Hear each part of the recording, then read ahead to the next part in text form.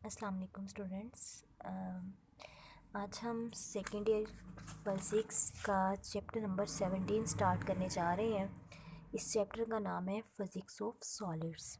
हम इस चैप्टर में सॉलिड्स के बारे में पढ़ेंगे और देखेंगे कि फ़िज़िक्स में सॉलिड का क्या रोल है। सबसे पहले तो देखेंगे कि सॉलिड क्या है। बेटा आपने पढ़ा है कि मैटर की 3 स्टेट्स हैं, सॉलिड, लिक्विड एंड गैसेस। तो चूँकि हमारा जो है वो चैप्टर जो है वो सॉलिड के बारे में है, तो हम सिर्फ सॉलिड को ही डिस्कस करेंगे। सॉलिड में क्या है बेटा, सॉलिड में पार्टिकल्स जो होते हैं, सॉलिड में जो एटम्स होते हैं, मैटर के जो एटम्स होते हैं, या आप ये कह सकते हो किसी भी मतलब पार्टिकल के जो एटम्स होते हैं या किसी भी मेटल के जो एटम्स होते हैं वो क्लोजली पैक्ड होते हैं। ठीक है, एटम्स जो हैं वो क्लोजली पैक्ड होते हैं और एटम्स के दरमियान डिस्टेंस जो है वो बहुत कम होता है। तो मैटर की इस स्टेट को हम कहेंगे सॉलिड। ठीक है, सॉलिड में एटम्स जो हैं वो क्लोजली पैक्ड होते हैं और इनके दरमियान डिस्टेंस बहुत कम होता है। एटम्स जो है वो अपनी मेन पोजीशन के अलोंग जो है वो वाइब्रेट करते हैं। तो ये हमारा जो ऐसा जो हमारा मटेरियल होगा वो क्या कहलाएगा, सॉलिड। तो देखते हैं कि सॉलिड फिजिक्स क्या है। The branch of physics concern with the study of the structure and properties of the solid is known as solid state physics. तो बेटा फिज़िक्स की वो ब्रांच जो सॉलिड के स्ट्रक्चर और प्रॉपर्टीज़ को स्टडी करती है, जो सॉलिड के स्ट्रक्चर और उसकी प्रॉपर्टीज़ को स्टडी करती है, वो क्या कहलाती है, सॉलिड फिज़िक्स। तो बेटा प्रॉपर्टीज़ में क्या आ जाता है, इसकी मैकेनिकल प्रॉपर्टीज़ आ जाती हैं, इलेक्ट्रिकल प्रॉपर्टीज़ आ जाती हैं और मैग्नेटिक प्रॉपर्टीज़ आ जाती हैं। मतलब इलेक्ट्रिसिटी के लिए सॉलिड का बिहेवियर कैसा है, मैग्नेटिक फील्ड के लिए सॉलिड का बिहेवियर कैसा होगा, तो ये सारी जो हैं वो सॉलिड की प्रॉपर्टीज़ आ जाती हैं। तो फिज़िक्स की वो ब्रांच जो सॉलिड का स्ट्रक्चर बताए कि सॉलिड का स्ट्रक्चर कैसा है और उसकी प्रॉपर्टीज़ कैसी हैं, वो कहलाएगी सॉलिड स्टेट फिज़िक्स। तो the properties of the solids and associated phenomena are often dependent on structure of the solid। कहते हैं कि सॉलिड की जो प्रॉपर्टीज़ और सॉलिड के वजह से जितने भी फिनोमिनास होते हैं वो डिपेंड करते हैं सॉलिड के स्ट्रक्चर पर। लाइक हार्डनेस, सॉलिड की हार्डनेस कैसी है, इसकी इलेक्ट्रिकल कंडक्टिविटी कैसी है, मतलब इलेक्ट्रिसिटी कंडक्ट करने की एबिलिटी, और इसकी मैग्नेटिज्म मतलब मैग्नेटिक फील्ड के लिए इसका बिहेवियर कैसा होगा या इसका मैग्नेटिक इफ़ेक्ट कैसा होगा। तो ये सारी चीज़ें आ जाती हैं सॉलिड के स्ट्रक्चर में। तो बेटा बेसिकली सॉलिड की 2 टाइप्स होती हैं, बेसिकली 3 टाइप्स होती हैं, crystalline solid, amorphous solid and polymeric solid. तो हम वन बाय वन इनको डिस्कस करते हैं कि क्रिस्टलाइन सॉलिड कौन से होते हैं, अमार्फस सॉलिड कैसे होते हैं और पॉलीमेरिक सॉलिड्स कैसे होते हैं। तो सबसे पहले देखते हैं crystalline solid. Crystalline solids are those in which there is a regular arrangement of atoms and molecules. The neighbors of every molecules are arranged in regular pattern which is constant throughout the crystal। बेटा इसमें क्या है कि ऐसी solid जिनमें atoms की arrangement regular होती हैं, मतलब तरतीब से एटम्स जो हैं वो अरेंज्ड होते हैं, उनको बोलते हैं क्रिस्टलाइन सॉलिड। तो बेटा यहाँ आप इस स्ट्रक्चर को देख सकते हैं, एटम जो है ये एटम्स का रेगुलर अरेंजमेंट है, इसमें एटम्स को तरतीब के साथ जो है वो रखा गया है। तो हर एटम मतलब सिंगल एटम जो है वो अपने नेबर्स मतलब जो नेबर्स के साथ जो शेयरिंग हो रही है वो भी इक्वल है। बेटा अगर इस एंड को देखें तो इसके नेबर में 2 है, तो इस साइड पर भी इसके क्या होंगे, 2 होंगे। फर्दर इस एटम को देखें, इसके लिए भी 2 हैं और इसके लिए भी कितने हैं, 2 हैं। तो मतलब नेबर्स के साथ जो है वो कांस्टेंट शेयरिंग हो रही है। तो इस तरह का जो सॉलिड्स होते हैं, जो इस तरह के, उनको बोलते हैं crystalline solid. The ordered structure of the crystalline solid can be studied by XR diffraction technique. तो बेटा अब हमें कैसे पता चलेगा कि एटम की अरेंजमेंट जो है वो ऑर्डर्ड है या ऑर्डर्ड नहीं है, रेगुलर है या रेगुलर नहीं है। इसके लिए हम एक टेक्निक यूज़ करते हैं जिसको एक्स-रे डायफ्रैक्शन टेक्निक कहते हैं और इसको XRD भी बोलते हैं। इसके थ्रू हम देख सकते हैं कि एटम का स्ट्रक्चर कैसा है या सॉलिड का स्ट्रक्चर जो है वो कैसा है, सॉलिड की अरेंजमेंट, सॉलिड में एटम्स की अरेंजमेंट कैसी है। तो बेटा इसकी एग्जांपल्स में मेटल्स आ जाती हैं, मेटल्स में कॉपर, आयरन, जिंक वगैरह। आयनिक कंपाउंड्स आ जाते हैं, सोडियम क्लोराइड वगैरह। सेरेमिक आ जाते हैं, जिरकोनिया जो कि जिरकोनियम ऑक्साइड कहलाता है। सेमीकंडक्टर्स आ जाते हैं, जर्मेनियम और सिलिकॉन। अब देखेंगे कि इसमें एटम्स, मॉलिक्यूल्स और आयंस की मोशन कैसी होती है। द एटम्स, मॉलिक्यूल्स और ion in a crystalline solids are in the state of vibratory motion about fix points.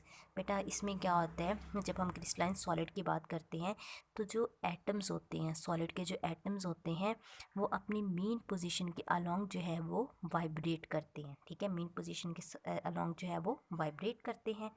The amplitude of the vibration increases with the increase in temperature। बेटा जैसे जैसे temperature increase होगा तो atoms की जो vibrations हैं वो भी इंक्रीज़ होगी। मतलब क्या होगा, एटम जो है वो अपने दूसरे एटम्स के साथ कोलिजन करेंगे। But average distance between the atomic position remain same. अब बेटा दो एटम्स के दरमियान जो डिस्टेंस है वो चेंज नहीं होगा।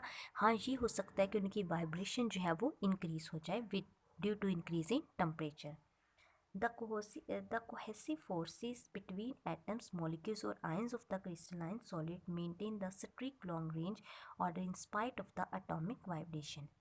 देखिए बेटा, ये जो अगर मैं ये टू एटम्स ले लेती हूँ, first atom and second atom, इनके दरमियान जो कोहेसिव फोर्सेस हैं, मतलब इनको वो फोर्सेस जो इनको बाइंड किए हुए हैं, जिनकी वजह से एटम जो है वो जुड़े हुए हैं, तो बेटा इनके दरमियान जो कोहेसिव जो फोर्सेस होती हैं वो बहुत स्ट्रॉन्ग होती हैं, जिसकी वजह से इनकी जो वाइब्रेशन है उन वो भी जो है इतनी ज़्यादा, मतलब आप ये कह सकते हो कि कोहेसिव फोर्सेस इतनी ज़्यादा होती, मतलब स्ट्रॉन्ग होती हैं कि बेशक एटम्स वाइब्रेट कर रहे हैं लेकिन उसके बावजूद क्या होता है कि एटम्स जो है वो ये जो लॉन्ग चेन जो है वो बना लेते हैं। ठीक है, एटम्स के दरमियान जो कोहेसिव फोर्सेस होती हैं वो इतनी स्ट्रॉन्ग होती हैं जिसकी वजह से ये इनका लॉन्ग चेन का जो ऑर्डर है वो मेंटेन रहता है, बेशक एटम्स जो है वो वाइब्रेट भी करते हैं।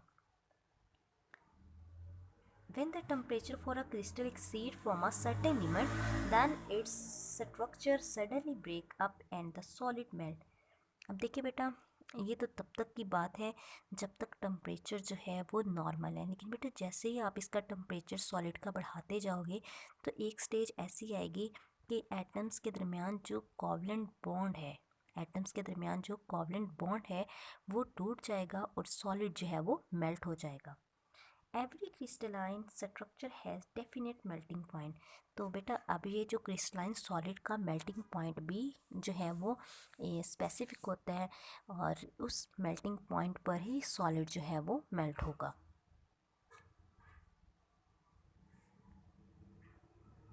उसके बाद है अमार्फस सॉलिड, या बेटा इसको ग्लासी जो है ग्लासी सॉलिड्स भी बोलते हैं। तो अभी आपने क्रिस्टलाइन में पढ़ा कि ऐसे सॉलिड्स जिनमें एटम्स की अरेंजमेंट रेगुलर होती है वो क्रिस्टलाइन कहलाते हैं। तो बेटा अमार्फस सॉलिड्स ऐसे सॉलिड्स होते हैं जिनमें एटम्स की अरेंजमेंट जो है वो रेगुलर नहीं होती, वो वेल अरेंज्ड नहीं होते। The word amorphous means without form और स्ट्रक्चर। अमार्फस का मतलब क्या होता है, बग़ैर शक्ल के या बग़ैर स्ट्रक्चर के। In amorphous solid there is no regular arrangement of the molecules, so amorphous solids are more like liquid with disordered structure frozen in it। कहते हैं कि इसमें जो है अमार्फस सॉलिड में एटम्स की अरेंजमेंट जो है वो रेगुलर नहीं होती। ये बिल्कुल ऐसा ही है जैसे कि लिक्विड को जो है, जैसे लिक्विड फ्रोज़न फॉर्म में नहीं होता, वैसे ही है कि जैसे लिक्विड को फ्रीज़ किया जाए और वो सॉलिड बन जाए।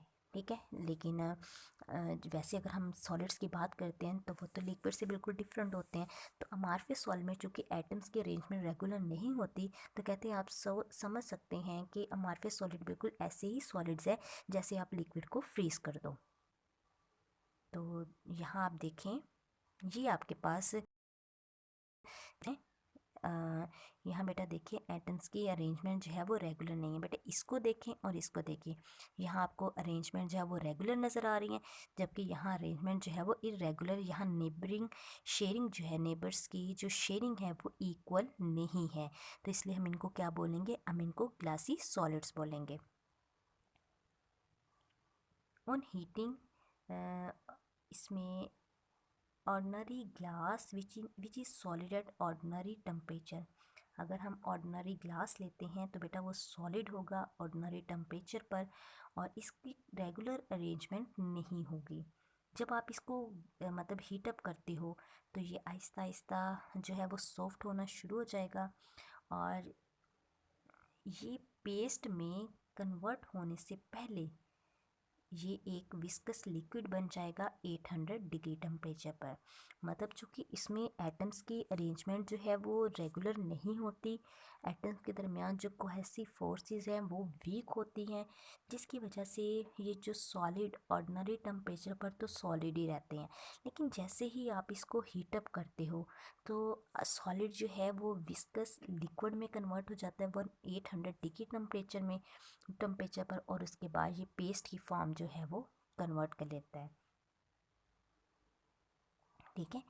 पहले क्या होगा, मतलब इस पेस्ट में कन्वर्ट होने से पहले ये एक विस्कस लिक्विड बन जाएगा। विस्कस लिक्विड का मतलब समझते हैं ना, विस्कोसिटी की टर्म आपने पढ़ी हुई है। थिक लिक्विड जो होगा तो उसमें पहले ये कन्वर्ट हो जाएगा।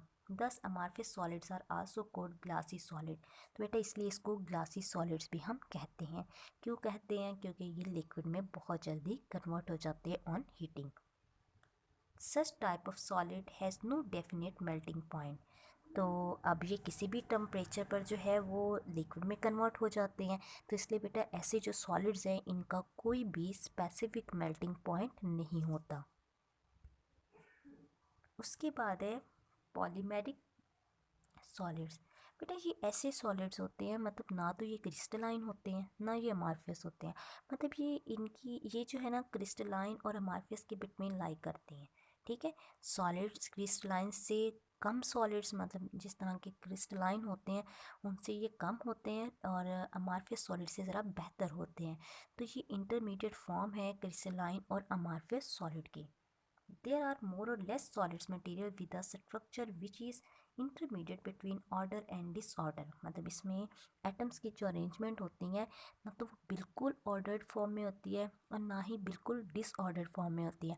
मतलब उनके बिटवीन लाई कर रही होती है। उसको देख कर लगता है कि ना तो ये ऑर्डर्ड फॉर्म में है और ना ही ये डिसऑर्डर्ड फॉर्म में है। They can be classify as partially or poorly crystalline solid. हम इनको कह सकते हैं या तो ये पार्शली क्रिस्टलाइन है या फिर ये पुअर जो है वो सॉलिड्स हैं, पुअर क्रिस्टलाइन सॉलिड्स हैं। They form a large group of natural occurring synthetic materials. ये बेटा सिंथेटिक मटेरियल बनाने में यूज़ होते हैं। They may be formed by polymerization process. बेटा इसको ये जो है पॉलीमराइजेशन प्रोसेस में भी बनते हैं। मतलब पॉलीमराइजेशन की जब पॉलीमराइजेशन होती है तो उस केस में भी आपको पॉलीमेरिक सॉलिड्स जो हैं वो मिल जाते हैं। The process in which relatively simple molecules are combined into massive long chain molecules और three dimensional structure by some chemical reaction is called polymerization। अब यहाँ बेटा उसने बता दिया कि polymerization होती क्या है। polymerization में क्या होता है कि एक सिंपल मॉलिक्यूल जो है आप इसको जोड़ देते हो, किसमें एक मैसिव लॉन्ग चेन, मतलब सिंपल मॉलिक्यूल्स को कंबाइन करके एक लॉन्ग चेन बना देते हो मॉलिक्यूल्स की, और वो जो लॉन्ग चेन होती है वो 3 डायमेंशनल होती है। तो ऐसी प्रोसेस को क्या बोलते हैं, पॉलीमराइजेशन। और इसके लिए आपको बेटा कोई केमिकल रिएक्शन करना पड़ता है। किसी केमिकल रिएक्शन के थ्रू आप सिंगल मॉलिक्यूल्स को जोड़ के एक long chain 3 dimension long chain बना देते हो, और ये प्रोसेस जो है वो क्या कहलाते हैं, polymerisation. They form a large group of natural occurring and synthetic material. इसको बेटा पॉलीमराइजेशन को किस लिए यूज़ किया जाता है? सिंथेटिक मटेरियल बनाने के लिए, लाइक प्लास्टिक, सिंथेटिक रबर हो गई, are polymers because they are form by polymeric reactions. ठीक है, ये इनको पॉलीमर्स बोलते हैं। क्यों? क्योंकि ये पॉलीमेरिक रिएक्शन से हासिल होते हैं, जिसमें लॉन्ग चेन मॉलिक्यूल और the 3 dimensional structure are form, जिसमें लॉन्ग चेन बनती है और यहाँ भी 3 डायमेंशनल स्ट्रक्चर बनता है। बेटा ये जो मटेरियल है इनकी स्पेसिफिक ग्रेविटी बहुत कम होती है as compare to the lightest of the metal. मतलब ऐसी मेटल्स जिनका वेट बहुत कम होता है, इसकी जो ग्रेविटी है, स्पेसिफिक ग्रेविटी है, उनसे भी कम होती है। मतलब इनका वेट जो है वो बहुत कम होता है और ये एग्जिबिट करते हैं good strength to weight ratio. मतलब इनकी स्ट्रेंथ जो है वो बहुत स्ट्रॉन्ग होती है, स्ट्रेंथ बहुत ज़्यादा होती है, लेकिन इनका वेट जो है वो बहुत कम होता है। बेटा उसके बाद है क्रिस्टल लेटिस। क्रिस्टल लेटिस क्या चीज़ है? A crystalline solid consists of three-dimensional pattern that repeat itself over and over again.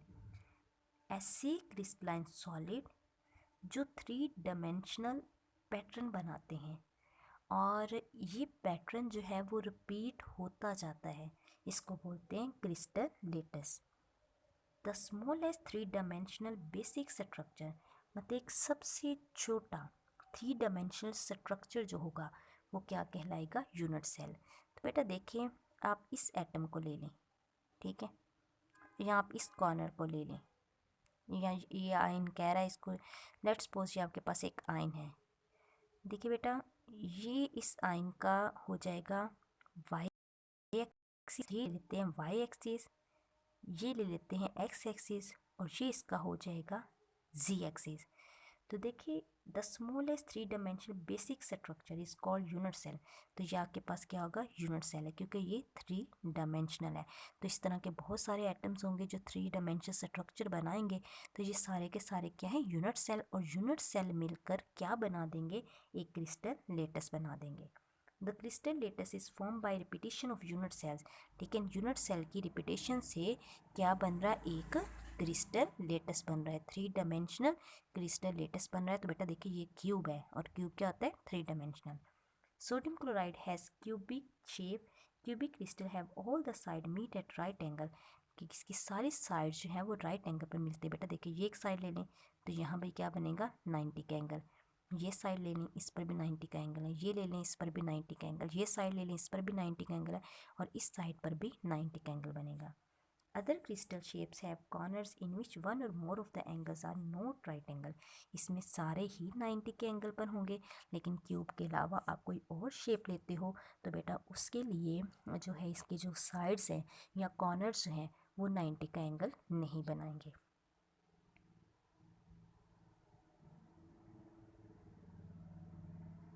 जी बेटा, यहाँ तक हमारा जो है वो क्रिस्टल लेटिस वाला कंप्लीट हो गया। होप्स बेटा आपको समझ आ गई होगी। अगर किसी चीज़ की समझ ना आए तो आप लोग पूछ सकते हो। ओके स्टूडेंट्स, टेक केयर, अल्लाह हाफिज़।